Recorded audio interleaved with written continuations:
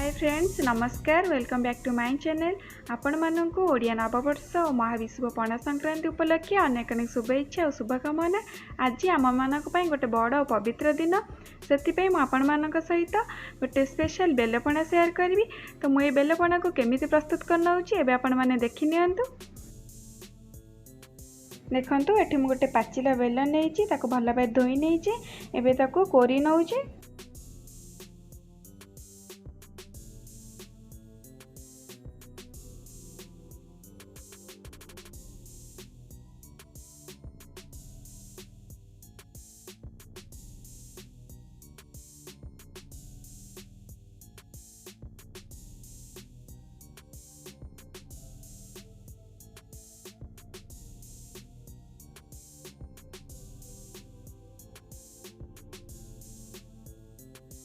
एबे किछि पानी रे आको भल भाबरे चकड़ी नवा और सब मंजी को बाहर कर नवा।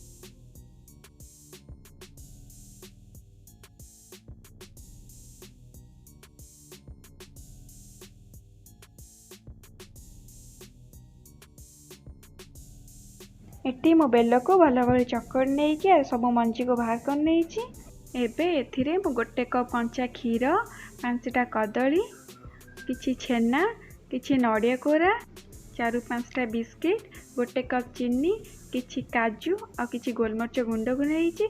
एबे ए सब को मो बेलपणा देहरे मिसई नउची।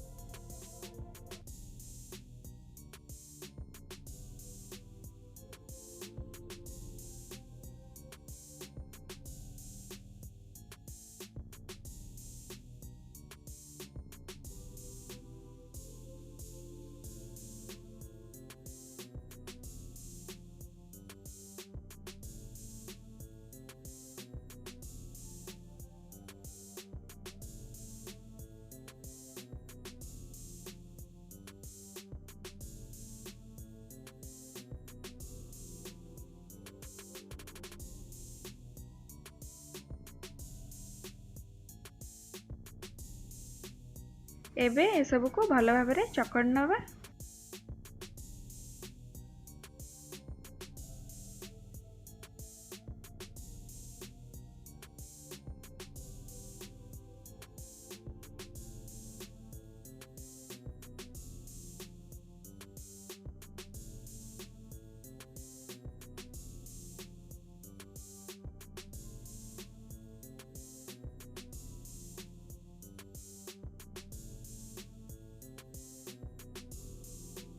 बेल को भल भाव चकड़ नहीं। एबे एथिरे मु किछि ठंडा पानी मिसई नउची।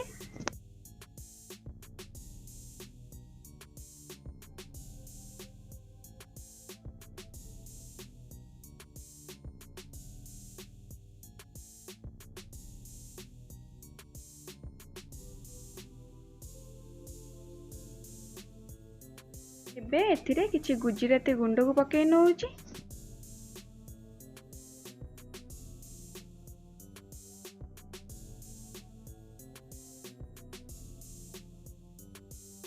लास्ट को टिके लूण पकईकी भल भाव गोलई नउची।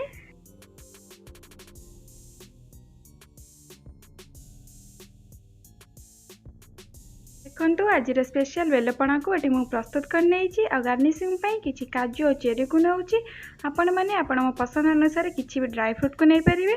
आज ओडिया नववर्ष और महाविश्व पणा संक्रांति उपलक्षे मु आपण मानकु ए स्पेशल बेलपणा करके देखैली। आपण माने घरे ए बेलपणा को प्रस्तुत करंतु। जदि मोर ए बेलपणा आपण मनु पसंद आसीछि त मो चैनल को लाइक शेयर एंड सब्सक्राइब कर नियंतु।